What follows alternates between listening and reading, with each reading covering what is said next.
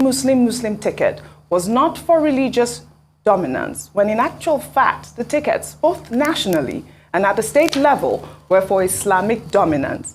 In the video, which has since gone viral, Rufai is reported to have also said that the victory of Bola Ahmed Tinubu had silenced the Christian Association of Nigeria, adding that he will sustain an Islamic-dominated government for 20 years and unending, not only in Kaduna State, but in Nigeria at large. Kwamko, who is also a former national director of the Christian Association of Nigeria, while reacting to El Rufai's comments, expressed disappointment at his classification of citizens of his state as them versus us, which to him meant that the former governor cannot be exonerated from the wanton killings, demolition of houses, and places of worship of Christians in Kaduna. Well, let's take a listen to a short clip of that video before we come back for a discussion. Duk da taron dangin da aka yi, duk da addini da aka yi amfani da shi, Allah ya ba Asiwaju nasara. Abinda muka samu muka yi a Kaduna yanzu an yi shi a ƙasa gaba daya. Babu wani makaryaci da zai zo ya ce, zai fito ya ce shi zai yi siyasa na Kiristanci ya ci zaɓe. Peter Obi ya yi ga inda yake. An yi maganin wannan, dole suka yi shiru. Tun da Asiwaju ya ci zaɓe kan tsit. To da haka ne za a samu zaman lafiya a ƙasar nan. To shi ma ka gani aka sake aka ƙara sai komi sai ya. Wallahi abinda muka yi kenan, kuma ni da wasu daga cikin mu a ganin mu mun gama aikin.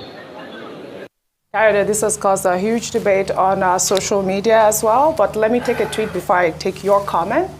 This person wrote, "It is really disappointing for El Rufai to brag about religion in a country that is trying to heal. What is the point of the speech? What point is he trying to prove in an election that was clearly questionable? The APC, tell your man not to sow seed of discord in this country." Over to you. This is a tough one for me. I schooled in Kaduna, went to Sultan Bello Primary School. I went to FGC Kano. A number of my friends will refer to me as Dangarewa, Dankano, and things like that. I speak Hausa, and I didn't know that. Yes, I speak Hausa. I went to school in Kano. My school was just next to Serkin Zazau's palace, Sultan Bello Primary School.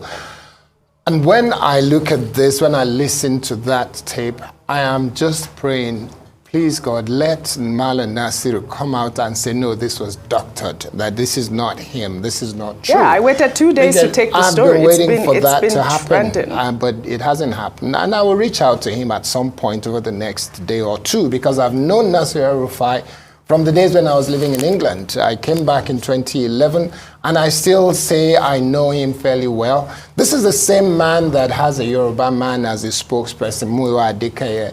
This is the same man that has a lot of friends in Lagos, all over the country. He has a lot of friends who are Igbo, who are Hausa, who are Christians, who are Muslims. This man that I'm seeing in this video, I honestly don't recognize. I don't recognize this person.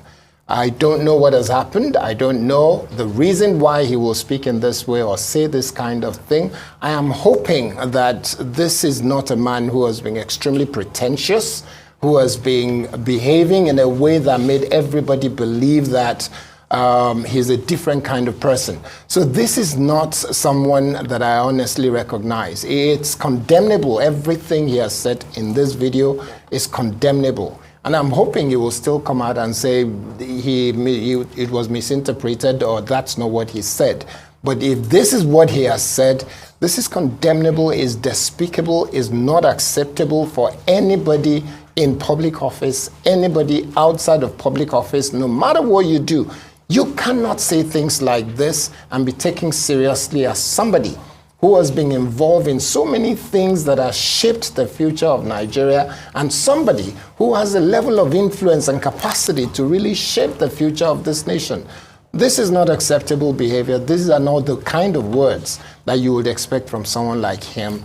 and it has to be condemned by everyone. It has to be condemned. And I hope that he will come out and take those words back and say, he's sorry, he didn't mean to say this. He has to take those words back. All right, Dr. Bate, a quick word from you before I take the final. Well, quickly, I mean, religion has always been used as a divisive factor, exploited by the leadership elite in Nigeria to divide the people. And in this particular case, we've just seen another instance in which, you know, a political figure, a leadership figure, is using religion. He was speaking to a group of imams, and he was thanking them for the help that they have provided, specifically in Kaduna State, for ensuring a Muslim ticket, and also at the national level in ensuring a Muslim ticket. And he got carried away and got to the extent of saying that, look, a Muslim leadership will be imposed, both in Kaduna State and also at the national level of Nigeria for the next 20 years. That in itself is insensitive, is provocative.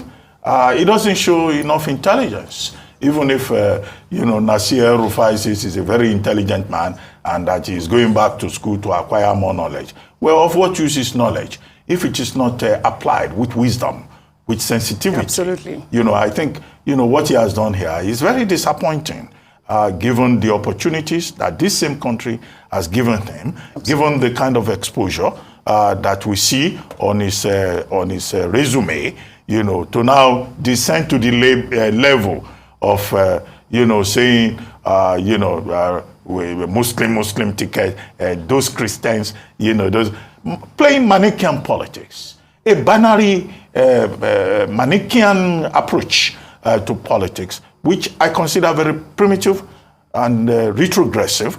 And I hope that he will come around later to say that perhaps this is an artificial intelligence-induced robotic representation of whatever it was that he said.